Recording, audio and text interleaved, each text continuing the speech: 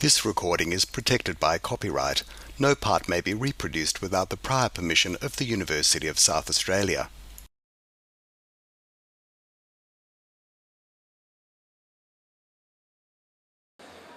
Ladies and gentlemen, please stand for the arrival of His Excellency, the Honourable Tutu van Furth, Governor of South Australia, and remain standing for the playing of the Vice-Regal Salute.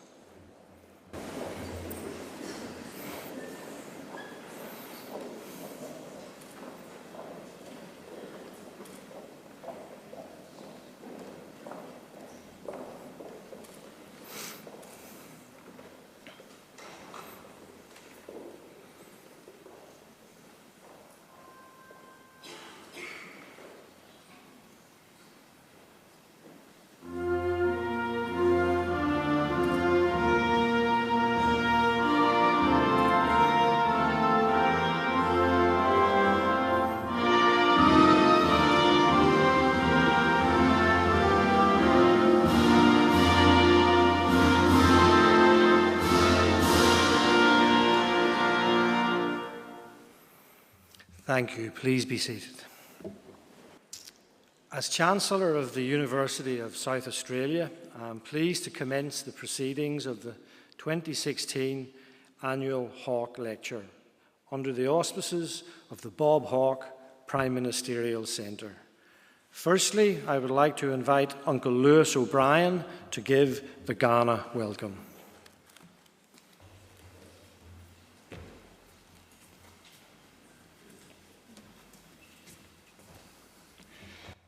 Marawichanga, Ghana Mian and Iwangani, Marning the Budni Ghani Atana, Iberico, Mankalankala, Tandanya, Mianaku, Nature Yungandalia, Nature Yakanandalia, Padni Adlu Wadu. On behalf of the Ghana people, I welcome you all to Ghana country, and I do this ambassador of the Adelaide Plains people. My brothers, my sisters, let's walk together in harmony. I think it was in the 70s, my late aunt Gladys Elphick, MBE, was invited to dinner at the government house with the Queen and Prince Philip. And she said, "Lewis, look at the seating." And I looked at the seating. On her left was Lady Hussey, and on her right was Major Broke. And she said, "It would, wouldn't it, Lewis?" I said, "What would? If you went out of Hussey, it'd make you broke."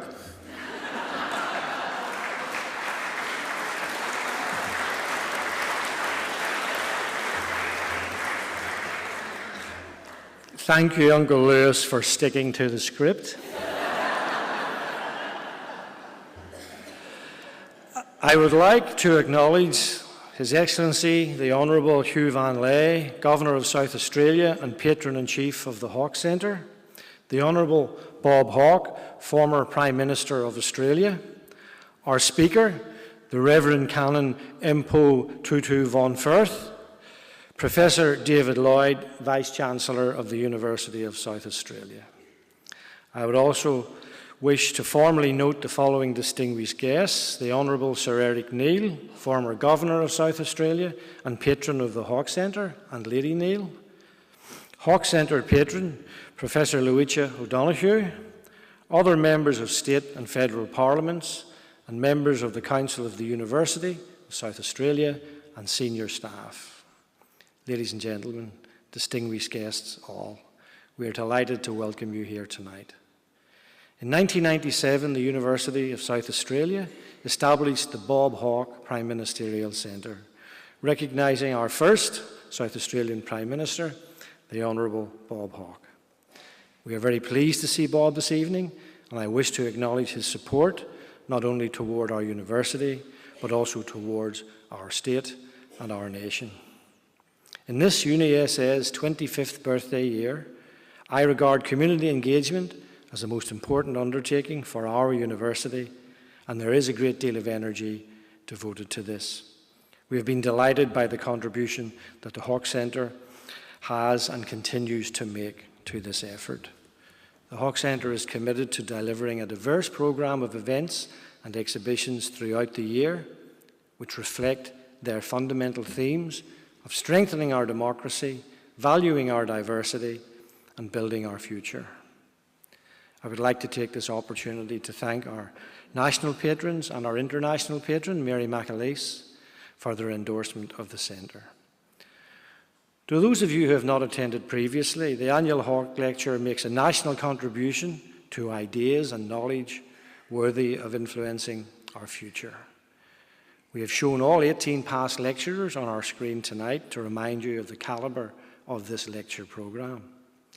Tonight's lecture by the Reverend Canon Mpho Tutu van Furth has a special meaning for me.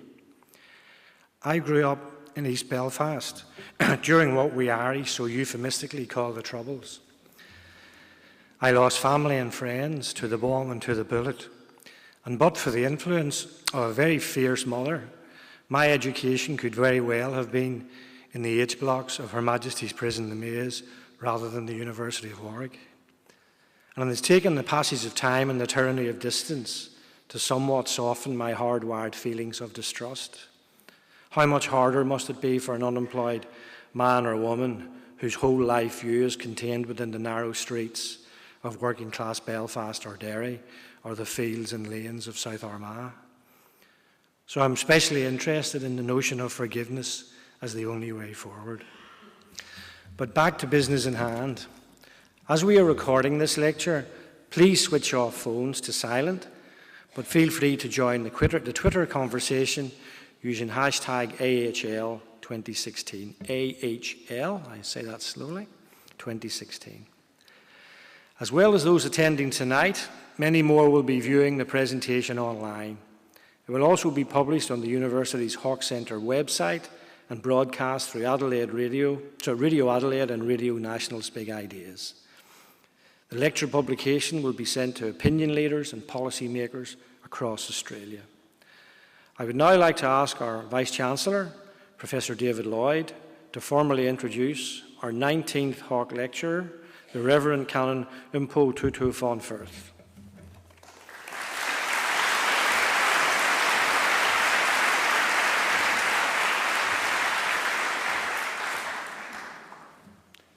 Ladies and gentlemen, since the Honourable Bob Hawke himself delivered the inaugural Hawke Lecture back in 1998, the standard has never wavered. The calibre of the speakers, the relevance of the topics, the passion of the delivery and the engagement in the room on each occasion have ensured that this remains one of the most important activities the Hawke Centre, in fact, one of the most important activities the university itself undertakes. It's what universities are here to do. Now, this year has something of a special feel about it, not only because it's our 25th birthday, but also because of the history of the lecture series itself. As some of you would know, Nelson Mandela was the international patron of the Hawke Centre from 2001 until his passing in 2013. That was due in no small part to the strong personal relationship that existed between Mr. Hawke and Mr. Mandela, a relationship which also involved one of the other great figures of recent South African history, Archbishop Desmond Tutu.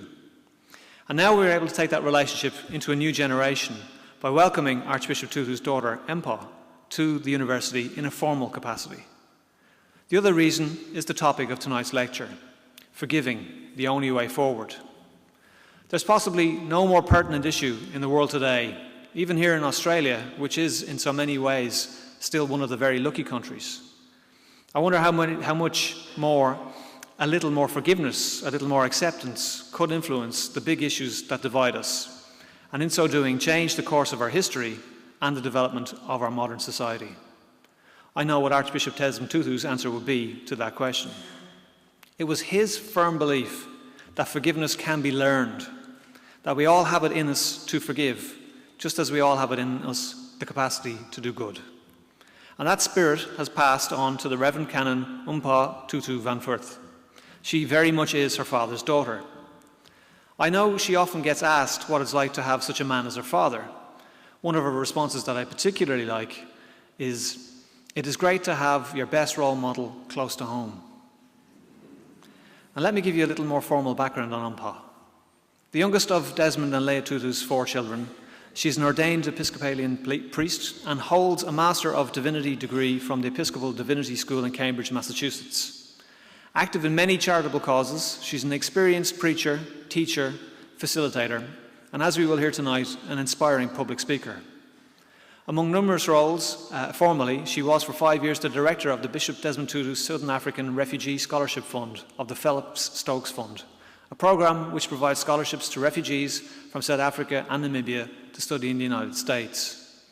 Now based back in South Africa, she's the executive director of the Desmond and Leah Tutu Legacy Foundation and a trustee of Angola University. She's also patron for the Global Children's Radio Foundation and the Women's Achievement Network for Disability. She's now written 2 books with her father, Made for Goodness and The Book of Forgiving, as well as the biography Tutu, the authorised portrait with journalist Alistair Sparks. She wrote the foreword of Footprints in the Sand, Caregivers of South Africa. Mpho Tutu van Furth's life has focused on her commitment as a global citizen and leader in a world that has become increasingly more connected and interdependent on every level. She begins to believe that we must begin to realise, as single human community, we all depend on one another and belong to each other in that community. As I said, she's very much her father's daughter, but so very much more is an inspirational leader in her own right. Ladies and gentlemen, it gives me very great pleasure to invite the Reverend Canon Mpho Tutu van Furth to deliver the 19th Hawke Lecture.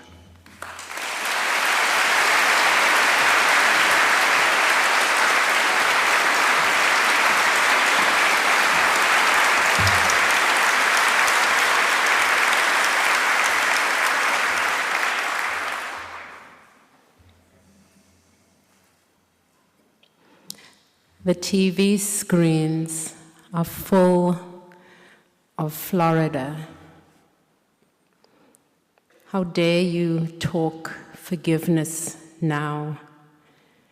The blood has barely dried on the stories of our lives. Our names are sobs and sighs, snatched out of the mouths of those who once spoke our names with love and pride. How can you talk forgiveness now? And who will you tell us to forgive? Should we forgive that sorry soul armed with bullets and blasphemy? Or should we forgive the society that scored hatred into his heart? Should we forgive the ones who etched the lines between the chosen us, baptized into the royal priesthood, adopted into the household of God, and looking at me, counted me with them as children of a lesser God? And how will we forgive? Are we not silent now? We speak only in the grief that digs salty grooves into our mother's cheeks. We speak in the sadness that steals the light from our lover's eyes. We can only speak wordlessly. How will we forgive? This was not where I intended to begin this speech, but I imagine that in Florida there's so many heartsick people who are standing in places they did not intend to stand this week. So I stand before you with the weight of 50 people newly dead to talk about forgiveness. And you may look at me and wonder if what I have just uttered is an obscenity. Perhaps the only way forwards is first to go backwards, and let us understand what forgiveness is not. And for that, I invite you to step into a piece of my story. I recounted it in the book of Forgiven, written with my father, Archbishop Tutu.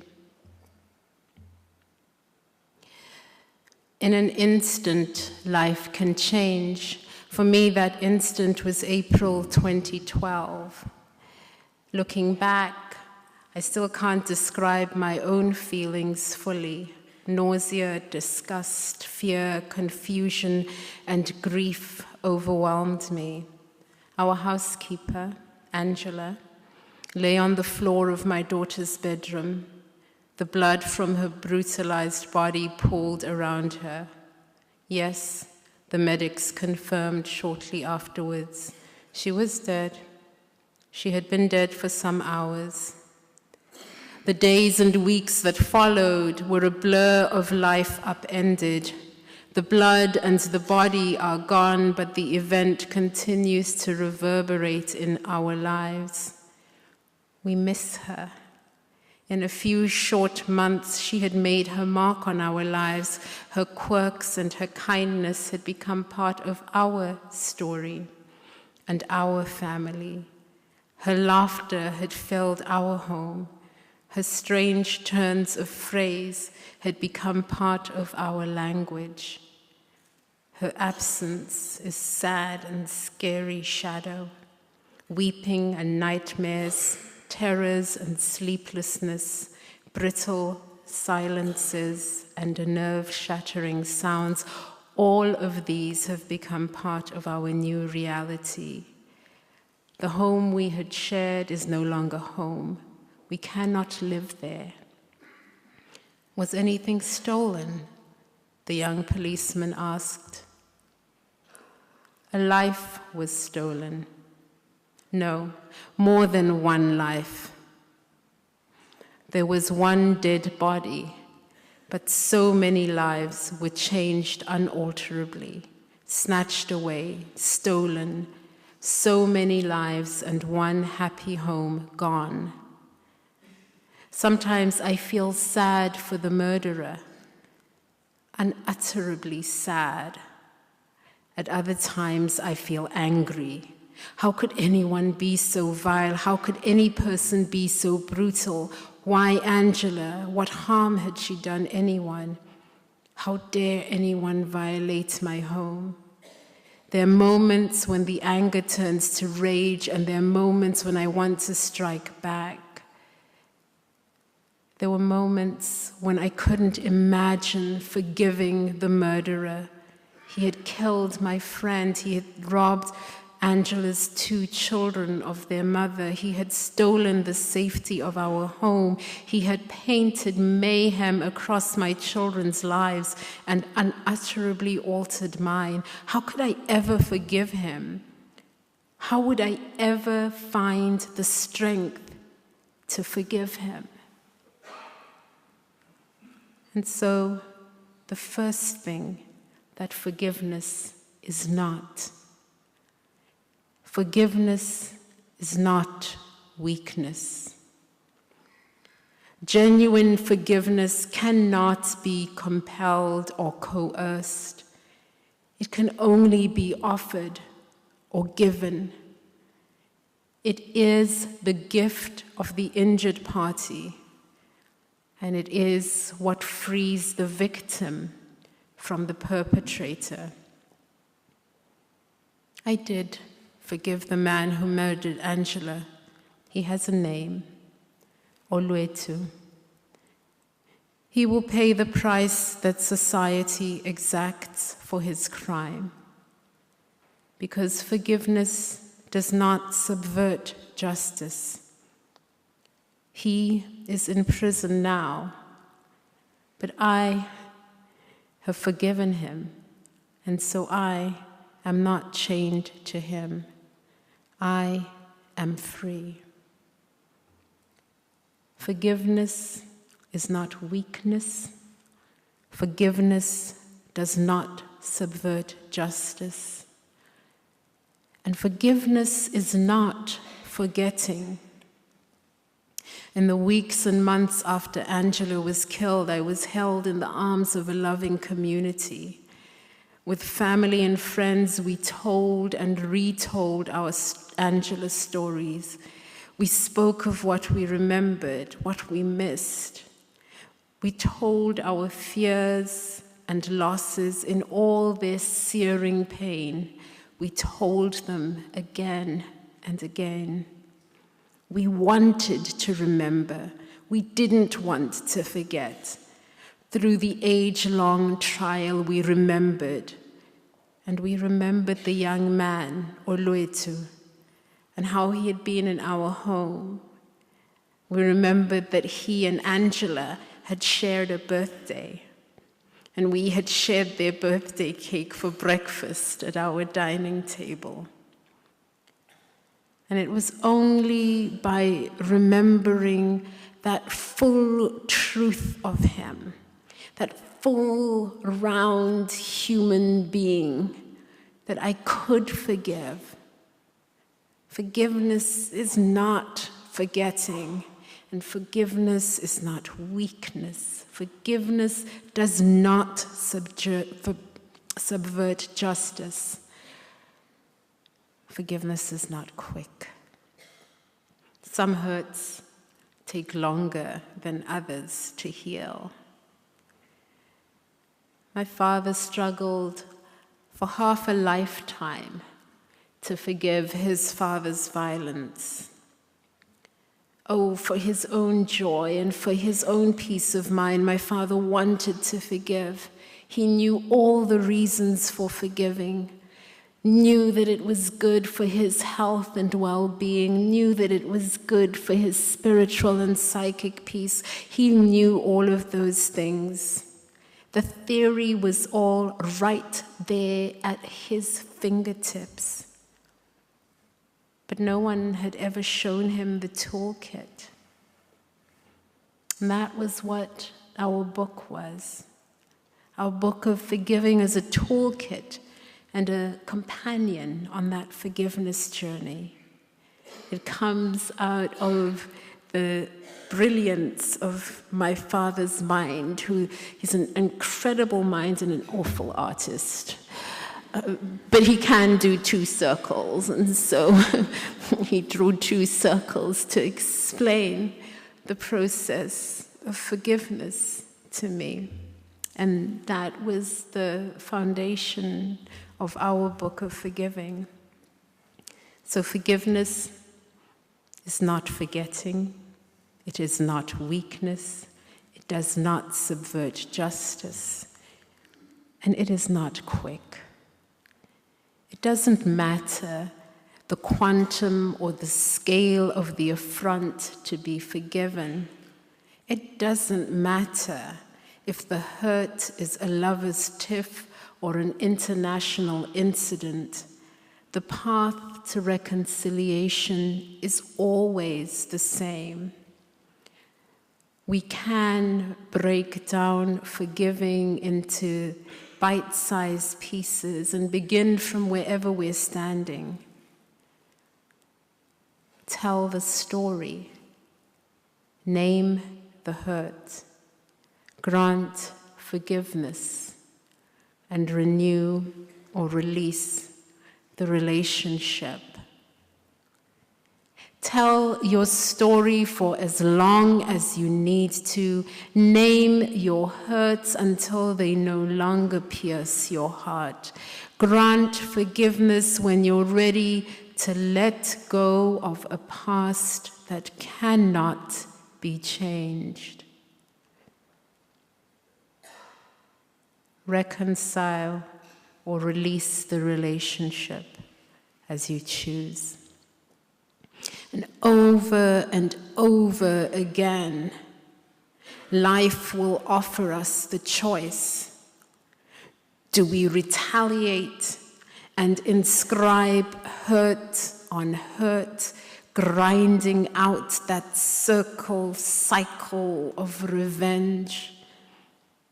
Or do we choose the path of forgiveness, choosing to tell our story, name our hurt, offer forgiveness, and renew or release the relationship?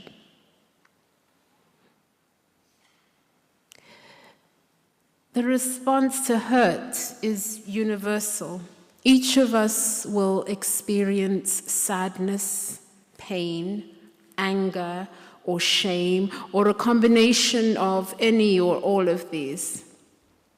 But now comes the moment of choice. Although for most of us, our reactions are so habitual that we don't even realize that we had a choice. What often happens is that we step unawares into the revenge cycle. The affront is so painful, so intolerable that we cannot accept it. And instead of placing our hand on our heart and weeping for what we have lost, we point our finger and shake our fist at the one who has harmed us. Instead of embracing our sadness, we stoke our anger. We feel compelled to restore our dignity by rejecting our pain and denying our grief. And that rejection places us in the closed loop of the revenge cycle. My dad describes having that experience. He was, a few years ago, he was given an award by an American charity, and the ceremony was held at a very swanky, very, very swanky Washington hotel. And the MC was a noted American actress. The morning after the event, he was sitting in the hotel lobby waiting for his hosts to usher him to a series of meetings. He was wearing his usual dark-suited clerical garb, dark suit, purple shirt, dog collar, and pectoral cross. And he was holding his signature Greek fisherman's cap in his hand. A young man from the hotel bell staff walked up to him and said, "Are you Miss Famous MC's driver?"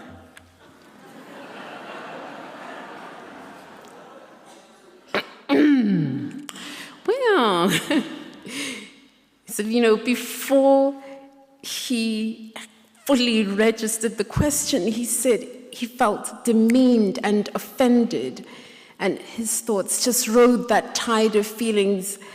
Did this young man only take in the fact that I was a black man of a certain age in a suit with a cap? Did it not occur to him that the chauffeur would wait outside near the car rather than taking up a seat in the hotel lobby?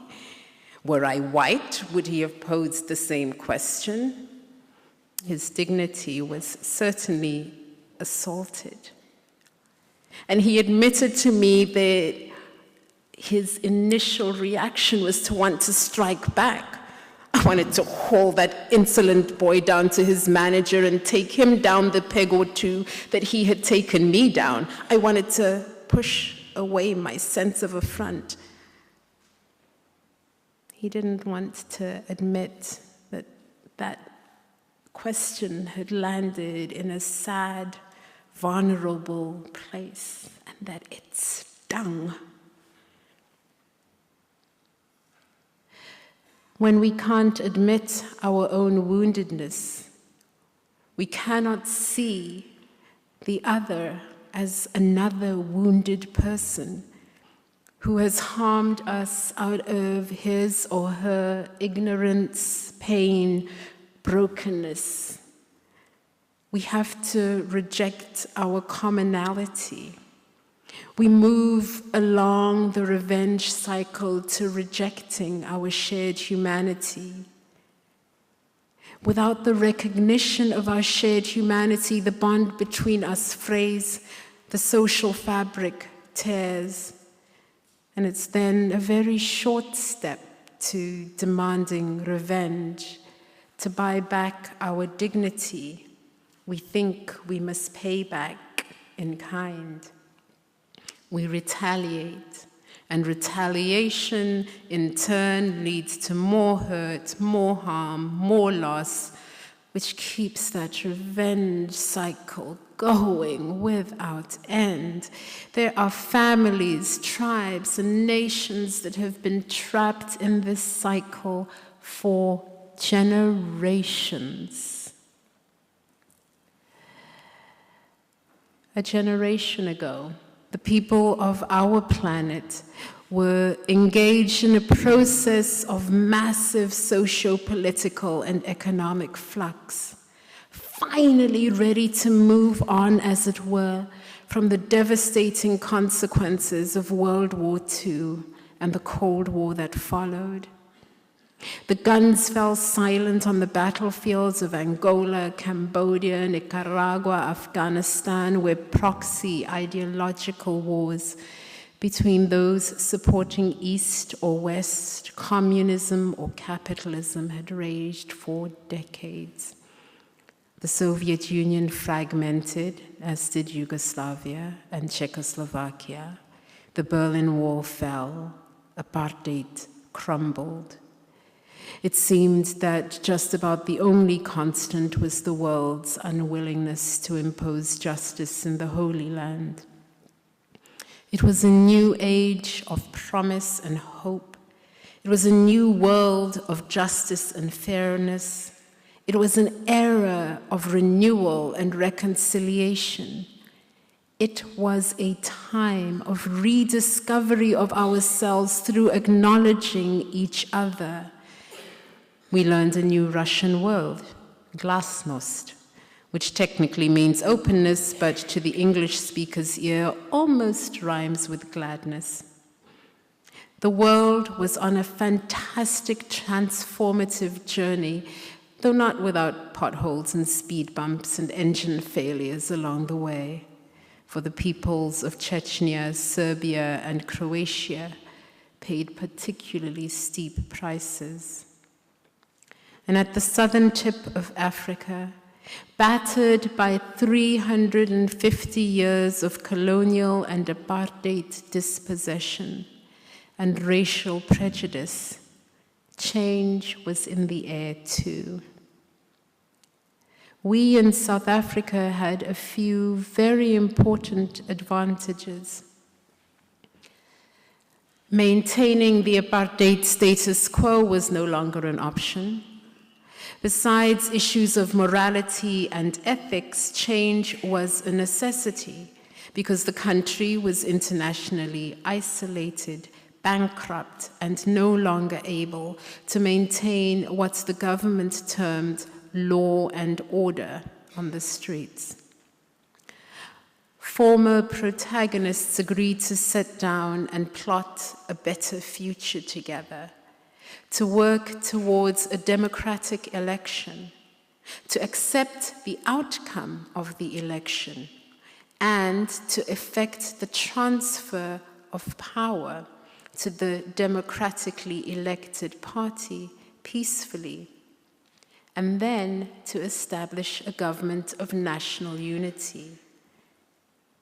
In addition, the country had been harboring an extraordinary president in waiting, Nelson Mandela, in prison for 27 years.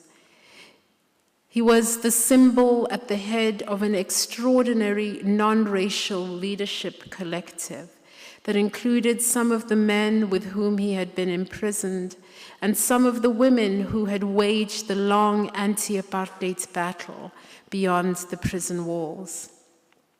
His team included people of the caliber of O.R. and Adelaide Tambo, Walter and Albertina Sisulu, the Slovos, Govan and Thabo Mbeki, as well as the Goldbergs, Asmals, and Cathradas. Which brings us back to the F word, forgiveness, the subject of this lecture. What elevated the South African story to almost mythical status in the 1990s was that Mr. Mandela made forgiveness fashionable. He undertook his journey from imprisonment through the presidency without a hint of arrogance or contempt for his former jailers, without any visible bitterness or desire for vengeance or retribution. The word forgive does not appear in any form or fashion in the new South African Constitution or in our Bill of Rights. But it was a foundation stone for the peaceful transfer of power, dubbed a miracle by my father.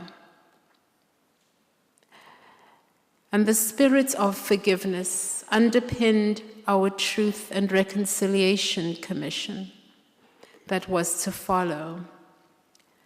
We set out on the road to reconciliation, not recognizing that in order to get from the morass in which we were stuck to the freedom of a truly non-racial society, we had to journey through forgiveness. And so bravely, we embarked on the journey to reconciliation, telling our stories, naming our hurts, granting forgiveness, and reaching out for renewal and reconciliation. The South African Truth and Reconciliation Commission, or TRC, created platforms for victims of human rights violations to tell their stories. In our book of Forgiving, my father describes the testimony of one woman, Mrs. Mpho A. She spoke with the precision of a coroner at the hearings. He had many wounds, she said. In the upper abdomen were 5 wounds. The wounds indicated that different weapons were used to stab him, or a group of people stabbed him. Mrs. Mpho A continued her harrowing testimony. She spoke about the disappearance and murder of her husband, Sicelo. In the lower part, he also had wounds. In total, there were 43. They poured acid on his face. They chopped off his right hand just below the wrist. I don't know what they did with that hand. In separate amnesty hearings, perpetrators struggled for the words to explain the inhumanity of their deeds. And an enthralled nation, often outraged, sometimes exhilarated, tuned in on the radio.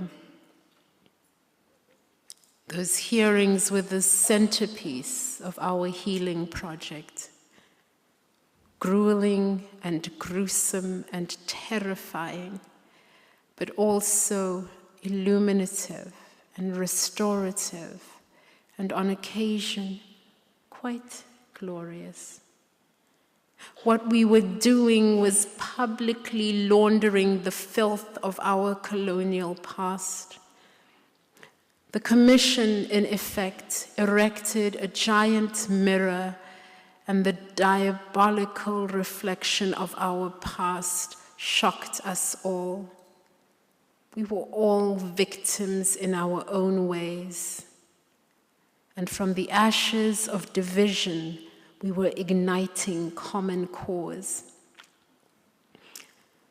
Mrs. Mpho A's daughter, the then 19-year-old Babalwa, was one example of the stunning beauty of our TRC project. I quote again from the book. She was 8 when her father died. Her brother was only 3. She described the grief, police harassment, and hardship in the years since her father's death. Then she continued, I would love to know who killed my father. So would my brother. My dad says her next words stunned him and left him breathless. We want to forgive them. We want to forgive, but we don't know who to forgive.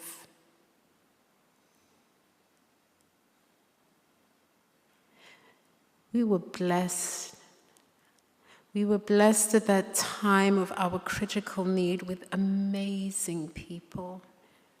Many of the South Africans who had borne the brunt of apartheid had an incredible depth of hope and generosity of spirit.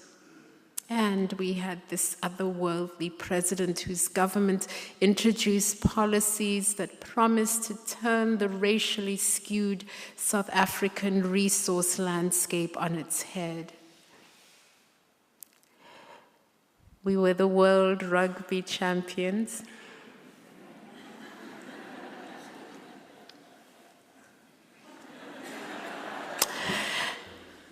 And at the summit of African football. It felt almost that we could walk on water if we tried. But the truth and reconciliation process that we started was time-bound. The legislation that created the TRC gave 2 years to retell 3.5 centuries of grief, pain, and rage. And even for those of us for whom miracles are our stock in trade, even we didn't trust that miracle. Good psychologists know that patients will experience a breakthrough. All the rot of ages will pour out and the beginnings of a way forward will emerge. But rather than plow through, the patient will need to pause, to back off the pain before engaging again. It was so with us. The stories were too searing. We had heard enough. Couldn't we call what had been brought to the fore a representative sample and just move on? Yeah. No one lives with a representative sample of pain. Each one of us inhabits our own story. The heroic grandmother who took in the toddlers when their activist mother was detained again cannot forgive for the terrified children whose nights were torn by the uniformed men who came to take their mother away. Oh, the grandmother told her story, and she named her hurt, and she forgave and was reconciled. Even the mother told her story. She named her hurt, she forgave and was reconciled. But the children, whose only certainty was that the world was not safe, the children were never asked to speak. Their stories remained hidden in their hearts. Their hurts remained unnamed. Forgiveness was never asked of, nor was it ever offered them. For them, reconciliation is not a reality in their lives, it is just a word on a page. And after 2 years, the Truth and Reconciliation Project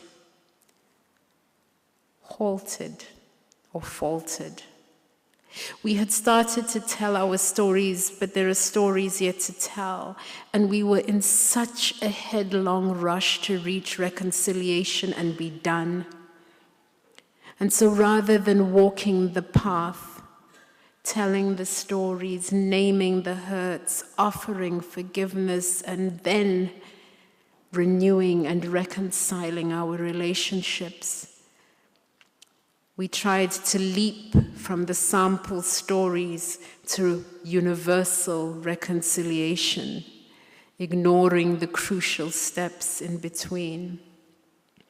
And so 20 years down the line, when we gaze at our neighbors, we see that the inequity that so characterized our past continues to bedevil us.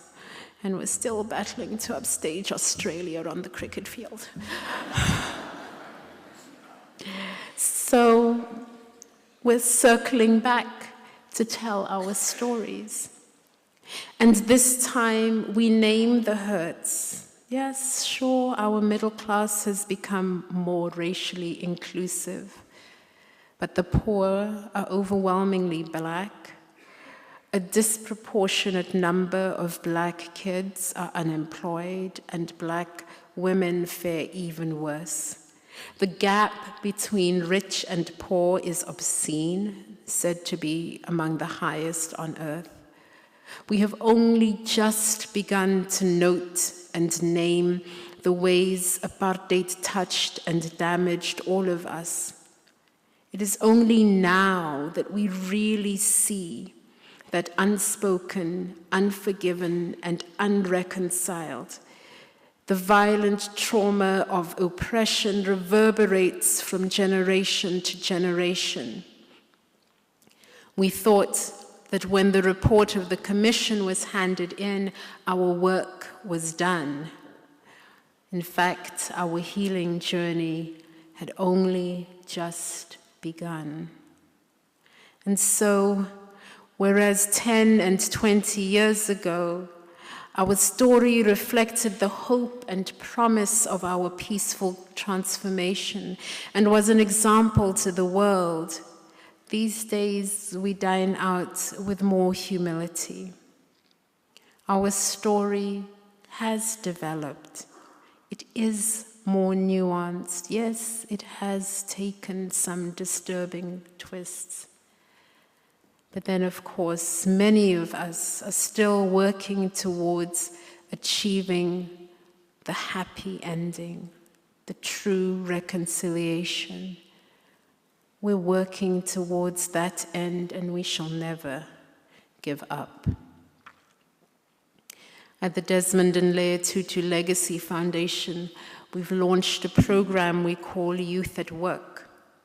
We take high school graduates ages 18 to 22 and invest 9 months in helping to set them on the path, not just to a job, but to a life and a career.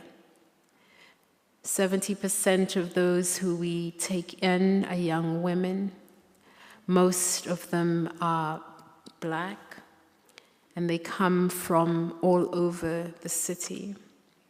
And the profile of our youth at work very closely matches the profile of the city in which we work. These young people's high school diplomas testify that they have the hard skills to succeed in life, but the soft skills of self-esteem, self-confidence, and self-awareness are often buried under an accretion of past oppression. So, yes, we teach resume writing, dressing for success, personal finance.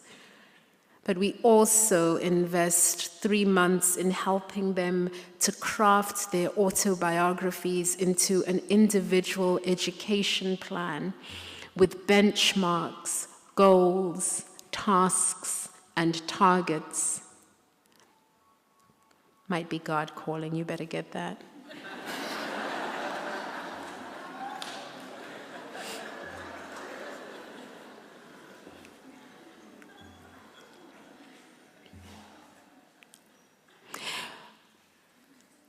We spend a half day each week hearing them into healing. We spend hours in appreciation sessions, letting them experience a shower of praise as their leaders and their peers name the skills, gifts, and talents that we have learned they possess.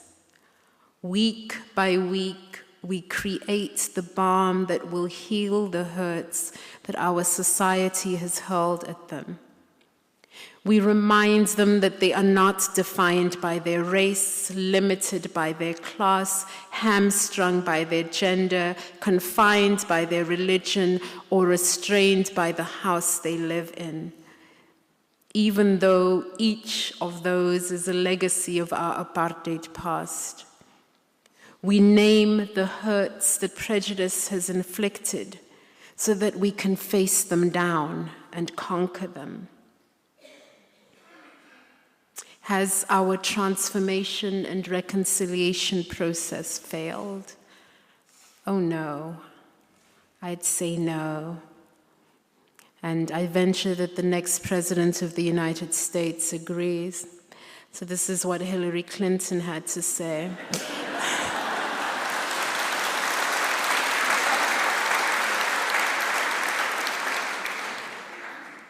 Speaking on CNN in April during a Democratic presidential town hall. I, as a person of faith, believe profoundly in the power of forgiveness, and we need to do more to try and take that value, that experience. The best example I know of in the modern times is the Truth and Reconciliation process in South Africa. It was just an astonishing leap of faith to bring together those who had been oppressed by apartheid with their oppressors, their abusers, their murderers, in a process that truly was a national effort to try and forgive, enough that the country could be held together, that the nation could be born, that the work could begin. It was, to me, a stunning example of what is possible. That South Africa is struggling economically and therefore socially or the other way around cannot be ascribed to a failure of forgiveness or the reconciliation model.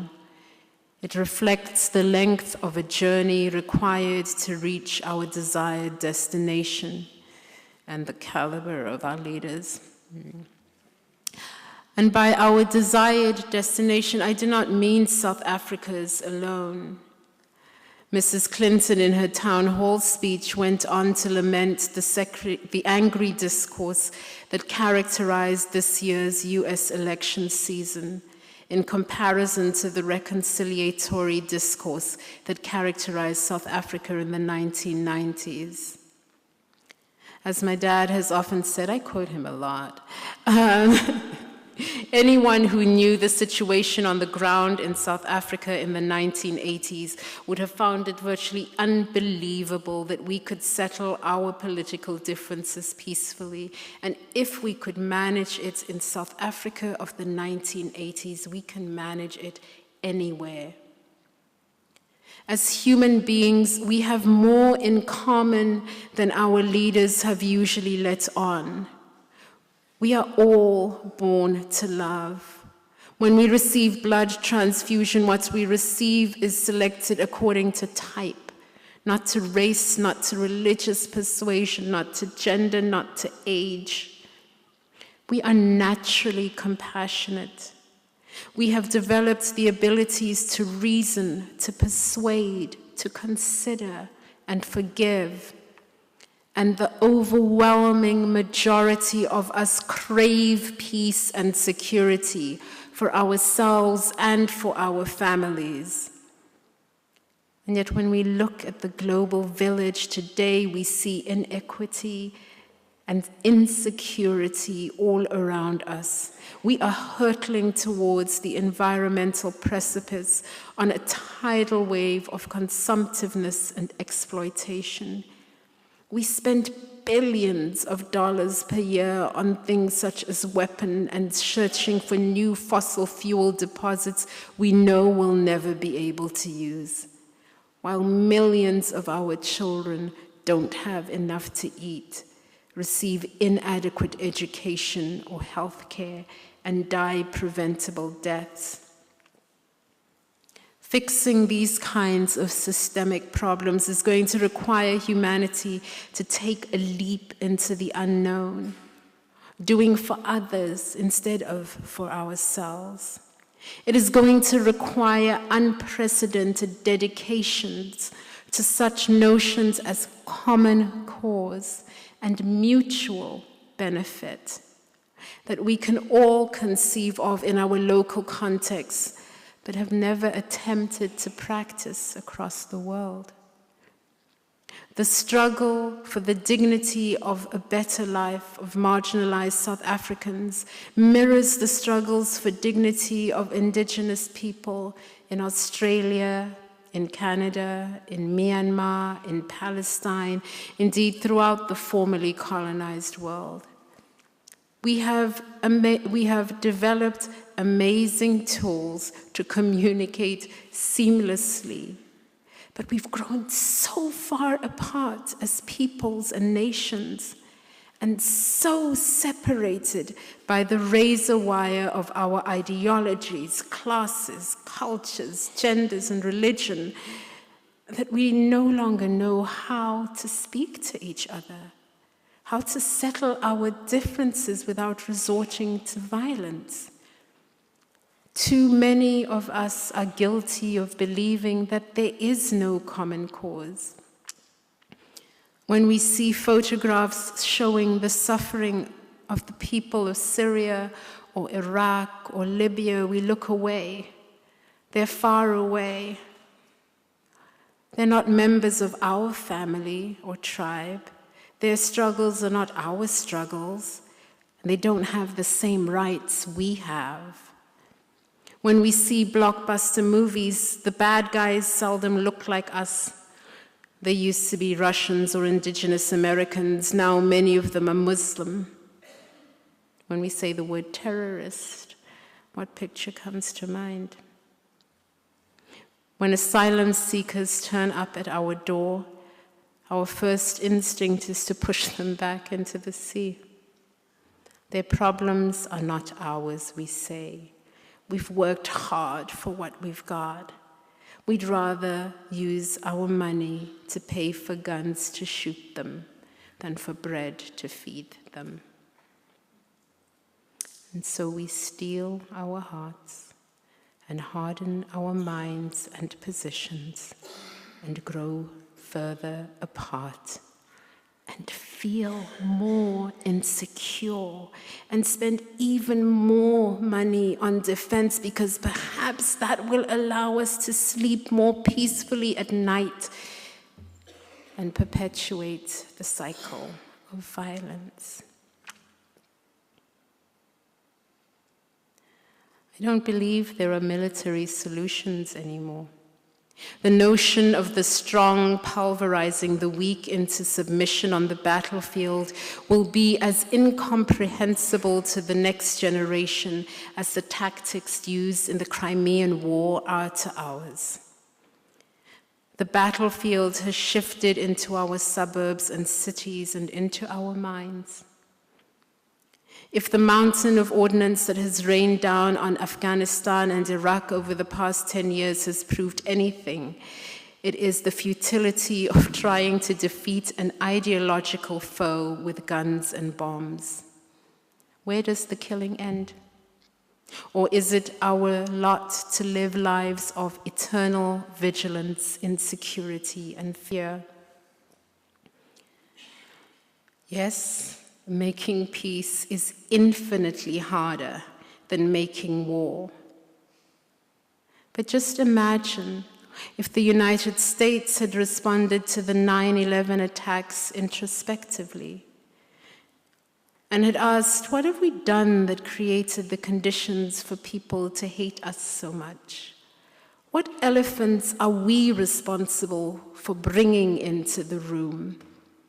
How can we heal this rift and free each other from the cycle of pain?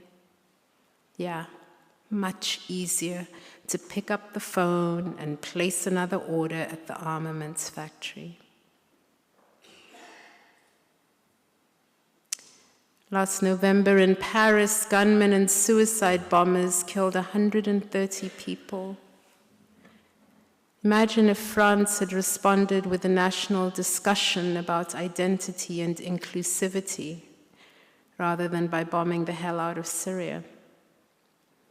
We know the names of the 130 victims in Paris, who they are, where they come from, what school they attended.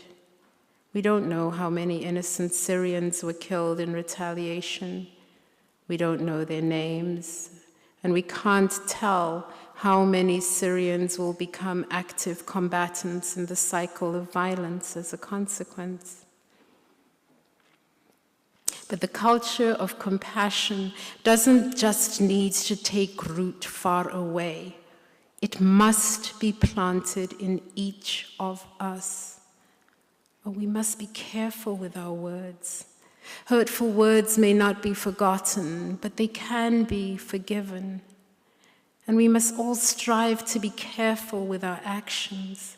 Every person wants to be acknowledged and affirmed for who and what they are, a human being of infinite worth, someone with a place in the world, an insider, not an outsider.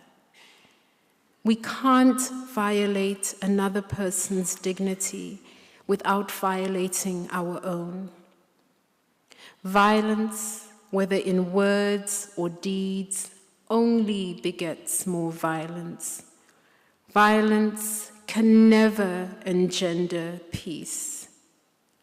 Still, I will always pray for the person who holds the weapon, pray that they find their compassion and recognize the humanity they share with the person who may be at the other end of their sights.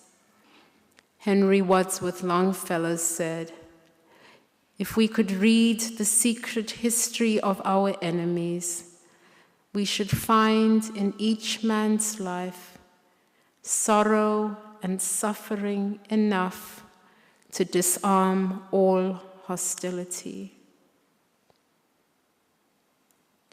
We are created to form the human family, existing together because we are made for one another. We're not made for exclusivity or self-sufficiency, but for interdependence. And we break this essential law of our being at our own peril. We can only take care of our world by taking care of each other.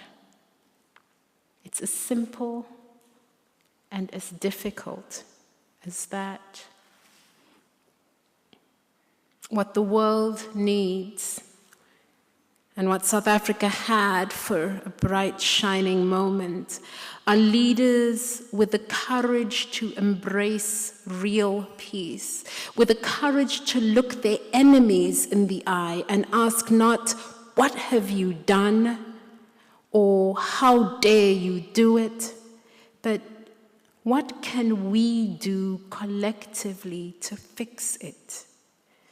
Leaders who actively seek the means to build and not bomb bridges, who are big enough to acknowledge perspectives beyond their own.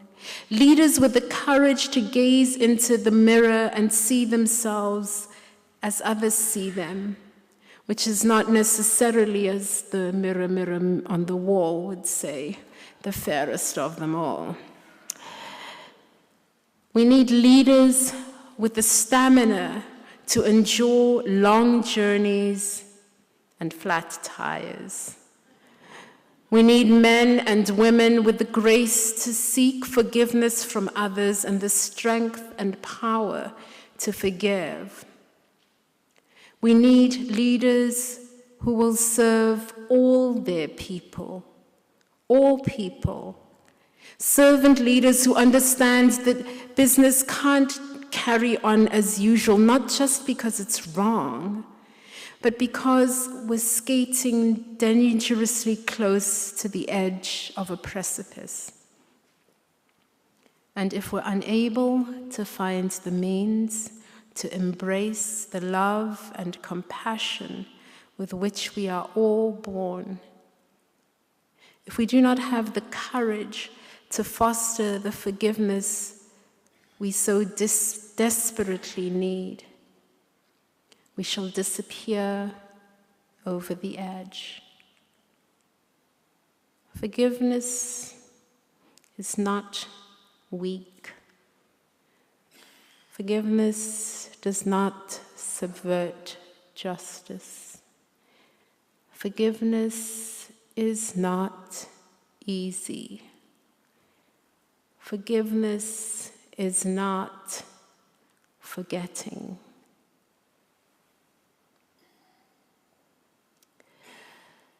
We cannot begin again.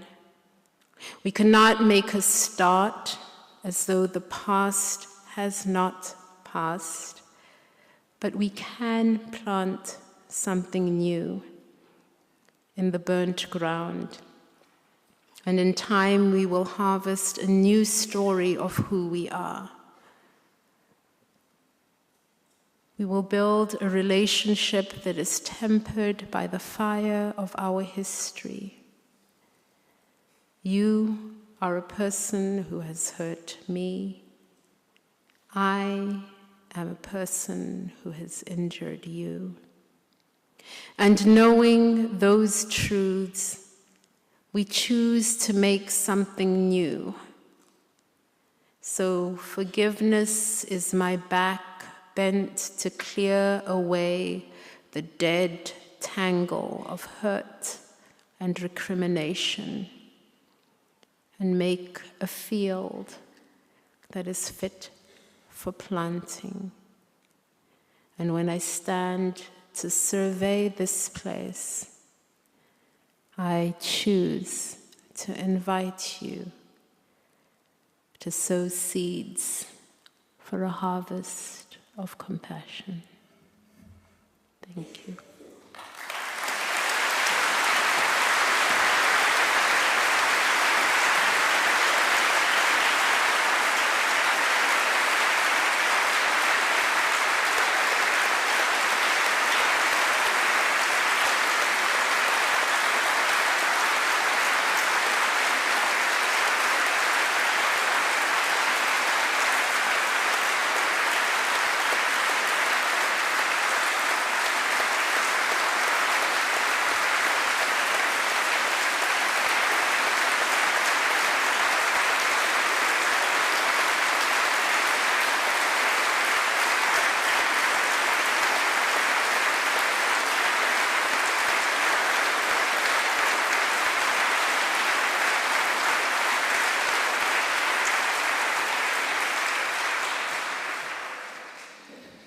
It is now my pleasure to call upon the Honourable Bob Hawke to give the formal vote of thanks to the Reverend Tutu.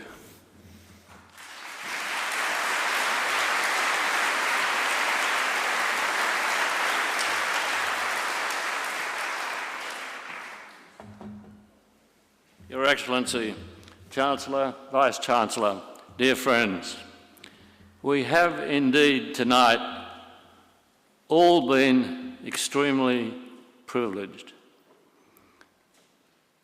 The Hawke Lectures, 19 of them, well, the 18 before, they set a high standard, but there's no question but that Mpho tonight has not only reached that standard, in my judgment,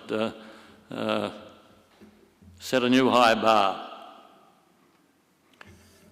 Mpho, I think you would share a judgment with me, and that is that the most brilliant decision you ever made was your choice of parents.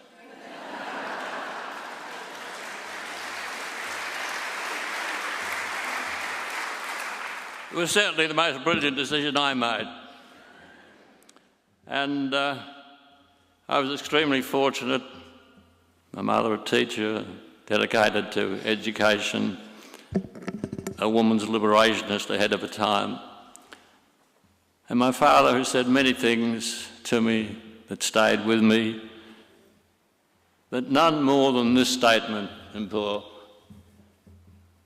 Dad said to me when I was a fairly young bloke, "Son, if you believe in the fatherhood of God, you must necessarily believe in the brotherhood of man." And I'm sure that that principle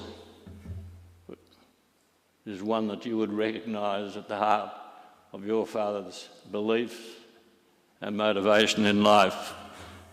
And I certainly in my way, tried to live up to what Dad was saying to me then. Mpho, I'm in the fortunate position that I'm able to give witness to the point you were making in regard to Nelson Mandela and your theme of forgiveness. I had many proud moments as Prime Minister, but none was prouder than when Nelson Mandela chose to make Australia his first visit outside of Africa after his relief and his ascendancy to the leadership. And he came to thank Australia for the lead we'd taken in the Commonwealth in bringing an early end to apartheid. And he walked, bounded into my office and said, "Bob, I want you to know I'm here today because of you." Now, it wasn't just Bob Hawke, it was Australia and the lead we'd taken in precipitating the early end of apartheid. We went on into my office and had a long discussion, longer than intended because my cabinet was waiting to meet the great man. And I said to Nelson, I know it's going to be extraordinarily difficult, but if you're going to maximise your chance of making a great new South Africa, a great new prosperous and fair South Africa, you're going to have to work with, cooperate with those who've incarcerated you for more than a quarter of a century. And this great man looked straight at me and he said, "Bob, I can never forget, but I can forgive." Those are his exact words. And he went on to say that he would hold out the hand of forgiving friendship to those who had treated him so disastrously and inhumanely. And it's very interesting. We could have gone on talking for ages, but I said we better get into the cabinet.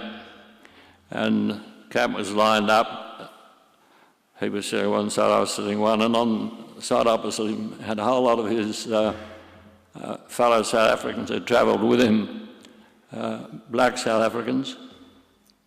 And I thought I'd love to hear my fellow cabinet colleagues hear the sort of things that he'd said to me, and so I asked him questions, and he said the same thing.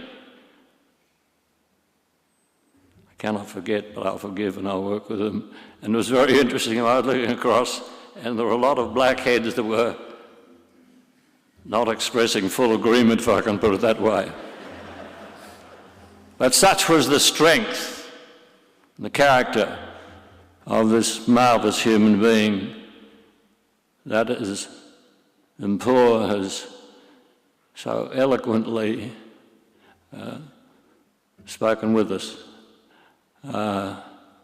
his views prevailed, and the concept of forgiveness operated, and under his leadership significant progress was made. And one of the great tragedies, I think, of the present day, which you recognise, is that the successes of Nelson Mandela, who was without any question the most outstanding human being I met as Prime Minister, his successes have not begun to match that leadership and those principles. You traversed the tragic situation of our planet and its people. I don't know whether I've said this before in thanking other speakers, but it's something I feel very strongly, and I'll repeat it again. I believe, and believe profoundly, that we are at a unique point in human history. Due to the technological genius of mankind, for the first time in our history, we are at a point where we can either, on the one hand, lift the standard and quality of life of all people on this planet, or on the other, destroy life on this planet as we know it. That awesome choice is in our hands. And it's in listening to people like Mpho that we realise that we have to be big enough to rise to that awesome challenge and ensure that we go down the first path and not the second.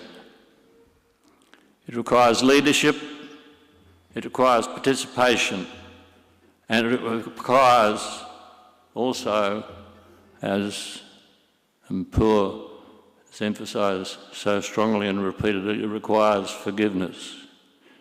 And so I want to say to you, Mpho, thank you sincerely. I hope you can understand that this is not just a mere formal vote of thanks that I'm moving to you. It's heartfelt because for me, you have gone to issues which lie at the very heart of the reality of our existence and our opportunities for greatness or for self-destruction. And you have helped us to think the thoughts that are necessary to make sure we go down that right path. I know I speak, Mpho, on behalf of everyone in saying thank you so much, and we wish you and your father and your foundation every success in the marvellous, imaginative philanthropic work that you're doing. Ladies and gentlemen, join me in thanking Mpho.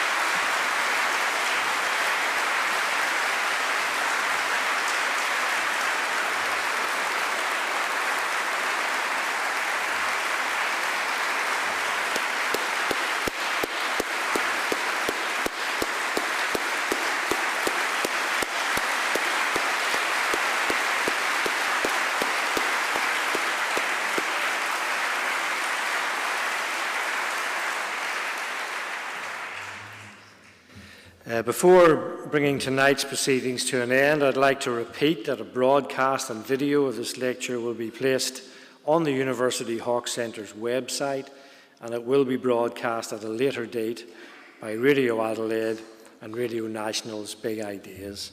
I would like to thank Jacinta Thompson, Executive Director of the Bob Hawke Ministerial Centre, and her team for their work in presenting the lecture tonight. I will make a start by forgiving the person whose phone went off.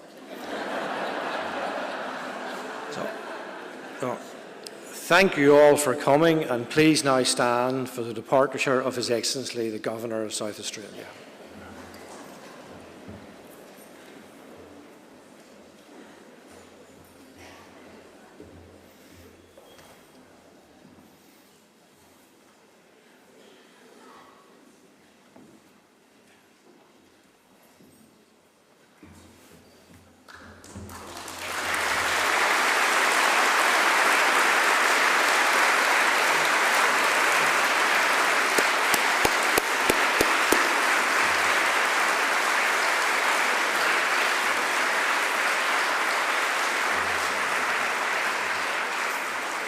Thank you all.